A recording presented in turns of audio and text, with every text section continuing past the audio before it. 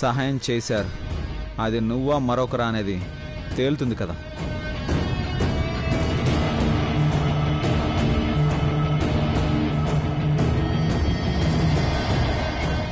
మీరన్నట్టు ఈ పని ఆ సిద్ధుదే అయ్యుంటుంది ఆఫీసర్. బంగారం కొట్టేసి ఎటైనా పోవాలని ప్లాన్ చేసుంటారు.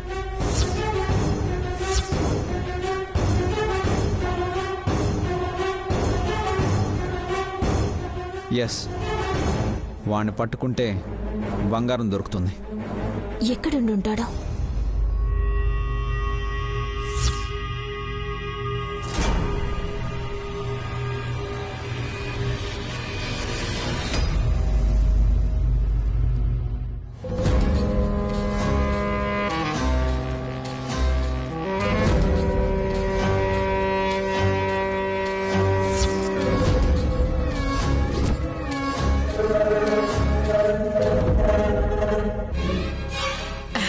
అడ్డే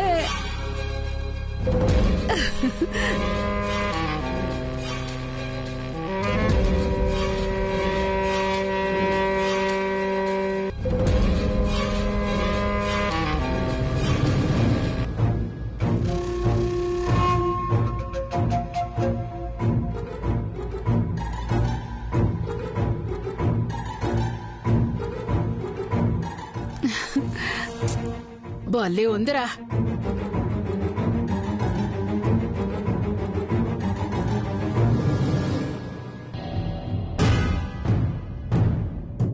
అనుకున్నది జరిగిందమ్మా. ఆ ఇంటి బంగారం మనదైంది. కనిపించరు గాని బంగారం బానే చేయించి పెట్టుకున్నారా? ఇంత బంగారం ఉందని తెలిసే ఈ ప్లాన్ వేసింది. ఇందాకటి వరకు ఇది వాళ్ళ బంగారం, ఇప్పుడు ఇది మన బంగారం.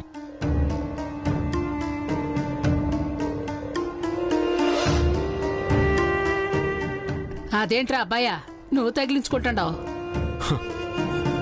గజనీ మహమ్మద్ దండయాత్రలు చేసినట్టు ఎన్ని దండయాత్రలు చేశామమ్మా, ఇప్పటికీ బంగారాన్ని సంపాదించగలిగాం. ఈ ఆనందాన్ని అనుభవించనివ్వు. చూడు ఎంత బంగారము. నిన్నటి దాకా ఎన్ని బాధలు పడ్డావురా, ఈ రోజు నుంచి అంతా సుఖమే.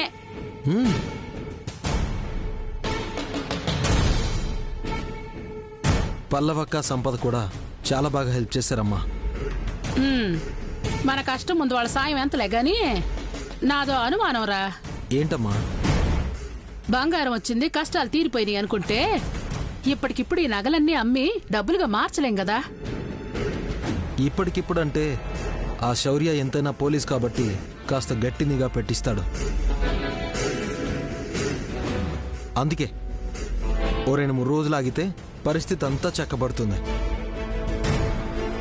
ఆ తర్వాత ఈ బంగారాన్ని అంతా డబ్బులుగా మార్చొచ్చు. అంటే అప్పటిదాకా ఈ బంగారాన్ని ముందేసుకుని చూసుకోవడానికే తప్ప ఎందుకు పనికిరాదుగా. కళ్ళ ముందుంటే ఆ ఆనందం వేరు కదమ్మా. సర్లే, ఖర్చులకు కాస్త డబ్బులని అడుగుదాం అనుకుంటే ఆ సంపదని కలిసేదట్టా? సంపదని కలవడం కోసమే అక్కడ ఓ క్లూ వదిలిపెట్టి వచ్చానమ్మా. ఖచ్చితంగా సంపద చూస్తుంది. నాకు తెలిసినంత వరకు రేపు పాటికొచ్చి మనల్ని ఖచ్చితంగా కలుస్తుంది. తనతో మాట్లాడి ఆ తర్వాత మనం ఏ సింగపూరో ఏ మలేషియానో బ్రహ్మాండంగా వెళ్ళిపోదాం. ఆ పోయేదేదో తొందరగా పోయేట్టు చూడరా. నువ్వు చెప్తా ఉంటేనే ఎప్పుడెప్పుడు చూద్దామని ఉప్పలాటంగా ఉందిరా.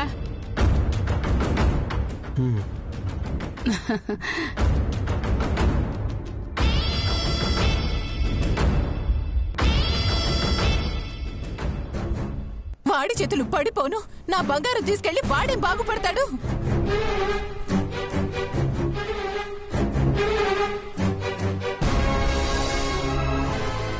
కాయపోతే చెట్టు పోయిందని గోల చేసినట్టు నీ గొడవేంటే?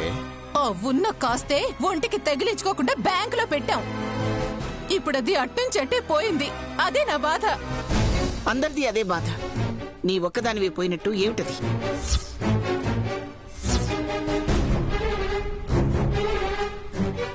ఉండేవి ఏవో ఆ బ్యాంకులో ఉన్నా పోయేది, అనవసరంగా బయటికి తెచ్చారు. ఇవాళ మీ అందరి బాధ చూస్తుంటే నాకేడుపొస్తుంది.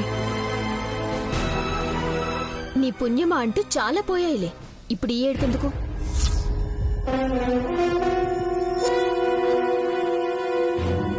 అదన్న దాంట్లో తప్పే ఉందే.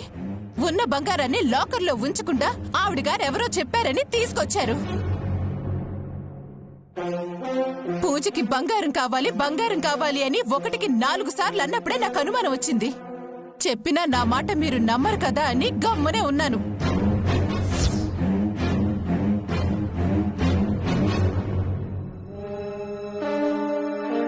చెప్పింది మంచి పనే కదా అని ఆలోచించాను గాని దేవుడి విషయంలో కూడా మోసం చేస్తారని నాకేం తెలుసు. సీతారాముల కళ్యాణం జరిపించాలి అంటే ఎలాగో జరిపించేదే కదా, ఇంకొంచెం ఘనంగా జరిపిద్దాం అనుకున్నా. అలా అనుకున్నాం కాబట్టే బంగారం మిగలకుండా పోయింది. నిజంగా ఆ బంగారం మొత్తం నీదే అయితే మా ప్రాణాలు తీసేదానివి కదే. ఆ సిద్ధుగాడు చేసిన పనికి ఎవరినన్నా ఏం లాభం?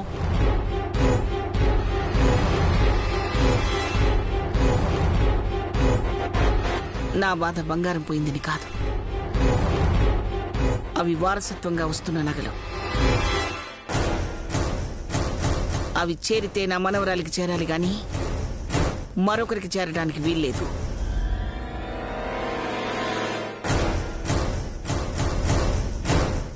మీరేం బాధపడకండి, ఇంట్లో పెద్ద పోలీస్ ఆఫీసర్ ఉన్నాడు. ఆయన మీ బంగారాన్ని మీకు తెచ్చేస్తాడు.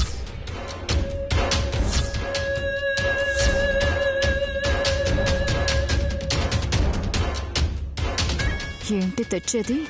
నా తమ్ముడు చేతిలో పడ్డాక రావడం కూడా ఉంటుందా? అది మనకి తెలుసు. అనుమానం రాకుండా కాసేపు ఓదార్పు నటించాలి కదా.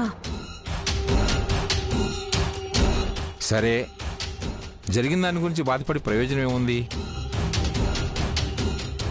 సీతారాముల కళ్యాణంలో ఆ స్వామివారికి అమ్మవారికి అలంకరించిన నగలు దొంగతనం జరిగింది అంటే పోయిన వాటిని ఎలా తిరిగి రప్పించాలో కూడా ఆ స్వామివారే చూసుకుంటారు. అంటే ఏంటి నానా, దేవుడి మీద భారం వేసి ఊరుకుంటే సరిపోతుందా? నగలెక్కడికి పోవు, పోయిన నగలు పోయినట్టే తిరిగొస్తాయి. మీరేం కంగారు పడకండి అత్తయ్య. జాతకం చెప్తుందమ్మా, జాతకం. వస్తాయంట, వస్తాయి. ఛీ!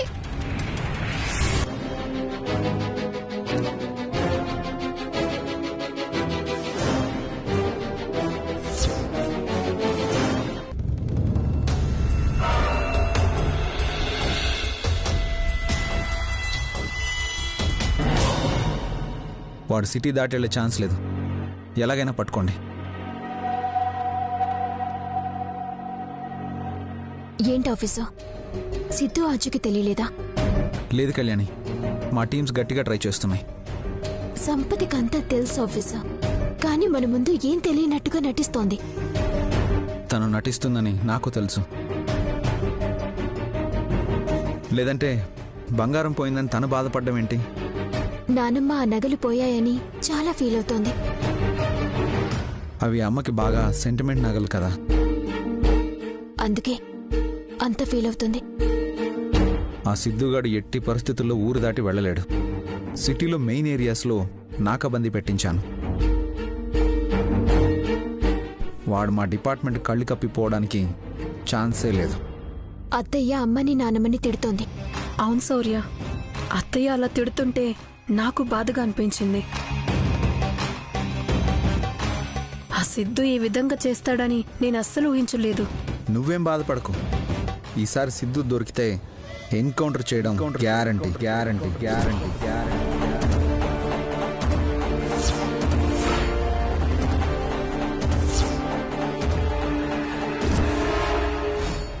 ఆ రోజే ఆ పని చేసుంటే ఈ రోజు ఈ పరిస్థితి వచ్చేది కాదు ఆఫీసర్. అలాంటి వాడిని ఎన్కౌంటర్ చేస్తే వాడిని సపోర్ట్ చేస్తున్న మిగిలిన వాళ్ళకు కూడా బుద్ధి వస్తుంది. అవును శౌర్య, ఇంతమందిని బాధ పెడుతున్న అలాంటి వాడికి శిక్ష పడాల్సిందే. వాడికి సాయం చేసేవాళ్ళు ఈ ఇంట్లోనే ఉన్నారు కాబట్టే వాడు ధైర్యంగా ఇంటికొచ్చి మన కంట పడకుండా బంగారం కొట్టేయగలిగాడు. ఉన్నారని నాకు తెలుసు కళ్యాణి. ఆ సిద్ధుగాడు దొరికాక వాడికే కాదు, వాడికి సాయం చేసిన వాళ్ళకు కూడా నరకయాతన అనుభవించక తప్పదు.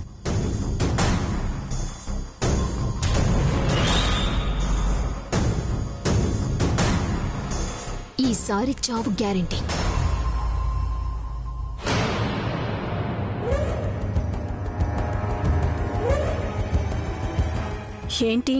ఏంటేంటి వాళ్ళ ముందు ఓ తెగ నటించేస్తున్నావు. నువ్వు కన్నీళ్లు పెట్టి 4 కల్లిబొల్లి కబుర్లు చెప్పగానే నమ్మేస్తారనుకుంటున్నావా? ఏం జరిగింది, ఎలా జరిగింది అనేది మనకి తెలుసు, కానీ తెలియనట్లు అందరూ నమ్మాలంటే ఆ మాత్రం పెర్ఫార్మెన్స్ చేయాలి. సరే, ఎంత పర్ఫామ్ చేసినా వాళ్ళకి నీ మీద అనుమానం పోదులే గాని అనుకున్నట్టు బంగారం కొట్టేశారు కదా, నా షేర్ నాకెప్పుడిస్తారు? ఏ మాత్రం వస్తుందనుకుంటున్నావు నీ షేర్? మా అమ్మతో సహా 4 ఉన్నాం కాబట్టి 4 వాటాలు. మరీ అంత ఆశపడితే ఎలా చెప్పు? కష్టమంతా మాది, ఇందులో నువ్వు చేసిందేముంది చెప్పు? భయపడుతూ చూడ్డం తప్ప. ఇది మరీ బాగుంది. నేను ఇంట్లో ఉంటూ మీకు సాయం చేయడమే కష్టమైన పని. మీకెప్పటికప్పుడు అన్ని విషయాలు చేరవేసిందే నేను. నిన్న దొంగతనానికి కూడా కొద్దో గొప్ప సాయం చేశాను. సర్లే, ఎంతో కొంత ఇస్తాం. అదేం కుదరదు. పావు భాగం నాకు కావాలి, లేదంటే శౌర్యకి చెప్పేస్తాను. నీకు షేర్ లేకుండా ఎలా ఉంటుంది? ఏమంటావో అని సరదాగా ఆట పట్టించాను. మరి నా వాటా ఎప్పుడిస్తారు? వాతావరణం చూసావు కదా ఎంత వేడిగా ఉందో. ఇప్పుడు మనం ఎలాంటి స్టెప్ తీసుకోలేం, బంగారాన్ని అస్సలు బయటికి తీలేం. అంతా సర్దు మనగడానికి ఓ 4 రోజులు పడుతుంది. ఈలోపు సిద్ధు ఎక్కడున్నాడో ఏం చేస్తున్నాడో తెలుసుకోవాలి. అదెలా తెలుసుకుంటాం? పోలీసులు ట్రేస్ చేస్తారని ఫోన్ వాడు కదా. అందుకే మనం చేయాలి. సిద్ధు ప్లాన్ ఏంటనేది నా కోసం ఓ క్లూ వదిలేసి వెళ్ళుంటాడు. క్లూ వదులుంటాడా? ఏంటది? ఇలాంటి విషయాలు నాకు సిద్ధుకు మధ్య మాత్రమే ఉండాలి, మూడో కంటికి తెలియకూడదు. అంటే నాకు కూడా చెప్పరా? అరవకు, నీకే ముఖ్యంగా చెప్పకూడదు. నువ్వడిగిన నీ వాటా నీకొస్తుంది. ఏం తెలియనట్లు నీ పని నువ్వు చూసుకో. జాగ్రత్త, గోడలకి చెవులుంటాయి.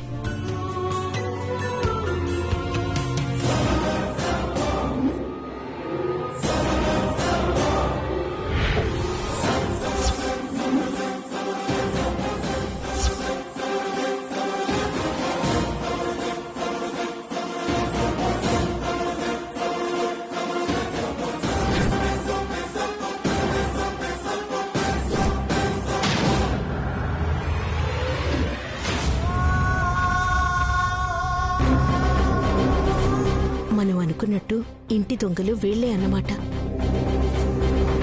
పద, వెంటనే శౌర్యకి చెప్దాం. అమ్మా, తొందరపడుకో. ఆ సిద్ధు ఎక్కడున్నాడో సంపతికి కూడా తెలుసు. ముందే మనం హడావిడి చేస్తే వాళ్ళకి తెలిసిపోతుంది. ఇద్దరు కాంటాక్ట్లో ఉంటే అప్పుడు పట్టుకోవడం ఈజీ అవుతుంది. అలా అని అప్పటి వరకు చూస్తూ ఊరుకుంటావా? చూద్దాం. అదేదో క్లూ వదిలి ఉంటాడు అంది కదా, దానికోసం వెతకడం మొదలు పెడుతుంది కదా. అదేంటో తెలిసే వరకు మనం దానికి అనుమానం రాకుండా జాగ్రత్తగా ఉండాలి.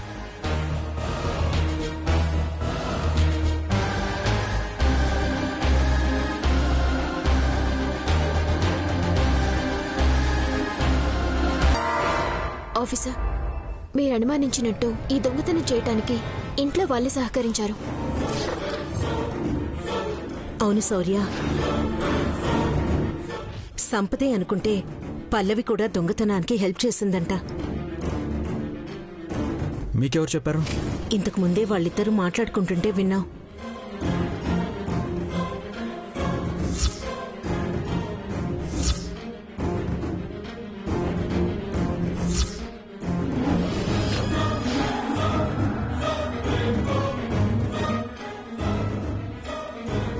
అవునా? వాళ్ళిద్దరి మాటల్ని బట్టి సిద్ధుని బంగారం దొంగతనం చేశాడు అని అర్థమైంది. ఇందులో సంపద హస్తం ఉంటుందనుకున్నాను కానీ పల్లవి కూడా వాళ్ళిచ్చే షేర్ కాసిపడి ఇంటి దొంగలా మారింది. ఛే, ఈ ఇంటికి కోడలుగా వచ్చిన ఆ ఇంటి మనిషే కదా. ఆ బుద్ధులు పోలేదన్నమాట. ఛే, ఈ ఇంటి బంగారం మీద కోడలిగా తనకి హక్కుంటుంది కదా. అయినా అలా ఎలా చేసిందో నాకు అర్థం కావడం లేదు. వాళ్ళంతే, పుట్టుకతో వచ్చిన బుద్ధులు మారో. ఇప్పుడేం చేద్దాం శౌర్య? వాళ్ళేదో క్లూ ఉంది అన్నారు కదా, ఆ క్లూ ఏంటో తెలుసుకుంటే ఆ సిద్ధుగాడు బంగారం రెండూ దొరికిపోతాయి. ఆ క్లూ కోసం సంపద ట్రై చేస్తోంది. అప్పుడు పట్టుకుంటే సరిపోతుంది. ఇంటి గౌరవం కాపాడాల్సిన వాళ్ళే ఇలా తయారైతే ఏం చేయాలి? అవసరం అప్పు చేయిస్తుంది, ఆశ తప్పు చేయిస్తుంది. ఆశకి తల ఉంచితే రేపు అందరి ముందు తల వంచక తప్పదు.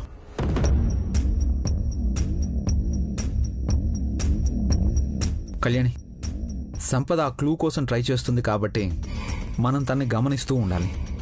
అలాగే ఆఫీసర్.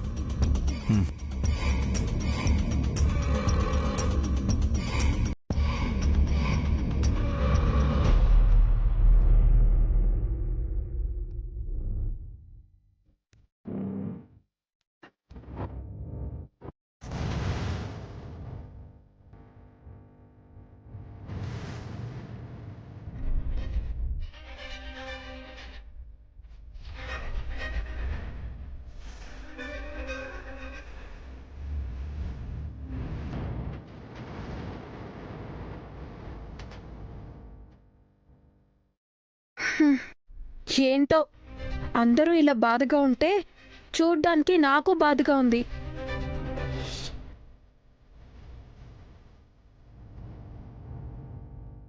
కానీ ఏం చేస్తాం, ఉదయం నుంచి ఏం తినలేదుగా. ఏదో అంత తిని మళ్ళీ బాధపడతాను రండి.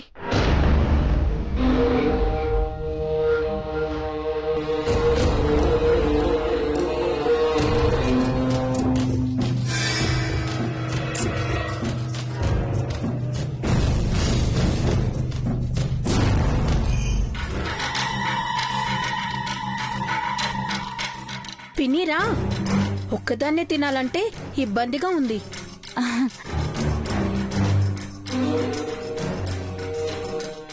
నాకు ఆకలిగా ఉంది, నేను తింటానండి.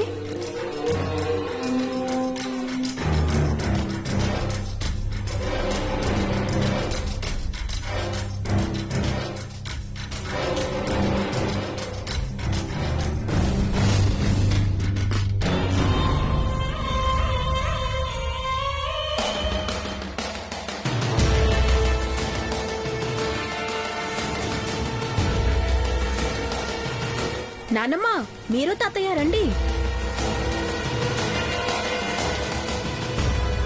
పాపం పెద్దవాళ్ళు తిండి తినకపోతే ఎలా?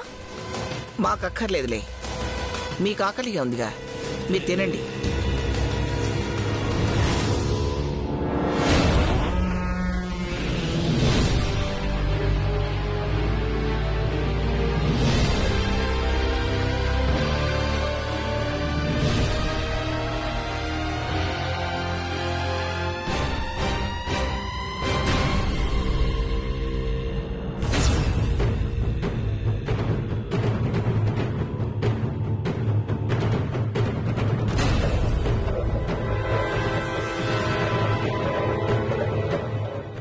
ఉన్న పరిస్థితి ఏంటి?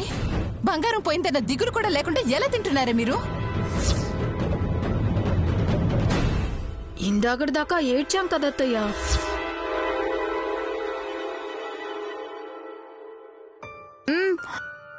అవును దినా, ఏడవడానికి కూడా ఓపిక ఉండాలి కదా. కొట్టేనంటే ఒక్కోదానికి నడువులు ఎరుగుతాయి. పండగ పూట అంత బంగారం పోయింది. ఆ సిద్ధుగాడు ఆ బంగారాన్ని ఏం చేశాడు అని మేమందరం దిగులు పడి కూర్చొనుంటే మీకు తిండి ముఖ్యమైందా? ఏదో తిందామని కూర్చున్నాం కానీ తినబుద్ధి కావటం లేదు.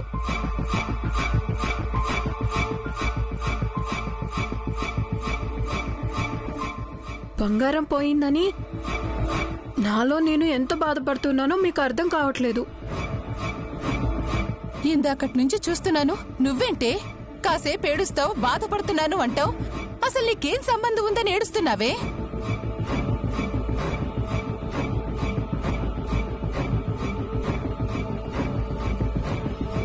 పోయిన నగల్లో నీ నగేవైనా ఉందా? కనీసం నెక్లెస్ కి ముడేసే దారమైనా ఉందా? మరి నువ్వెందుకే బాధపడుతున్నావు? అంటే నేను ఏంటి కోడలే కదత్తయ్య. అవునవును, బంగారం లాంటి కోడలు. అందరూ ఆస్తులు తీసుకొని వస్తే నువ్వు మాత్రం ఇంటికి నోటీసులు తీసుకొని వచ్చావు. నువ్వు కోడలు పెట్టే మా కర్మ కాకపోతే.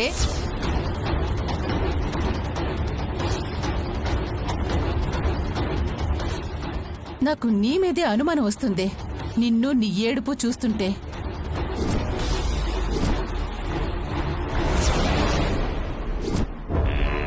మీకంటే ఎక్కువగా ఏడుస్తుంది అత్తయ్య.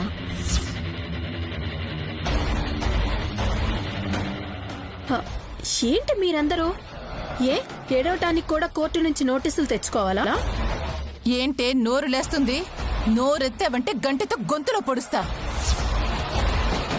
అబ్బబ్బబ్బా, ఆపండి. దొంగతనం జరిగింది, బంగారం పోయిందన్న బాధ కన్నా మీ గోల తట్టుకోవడం కష్టంగా ఉంది.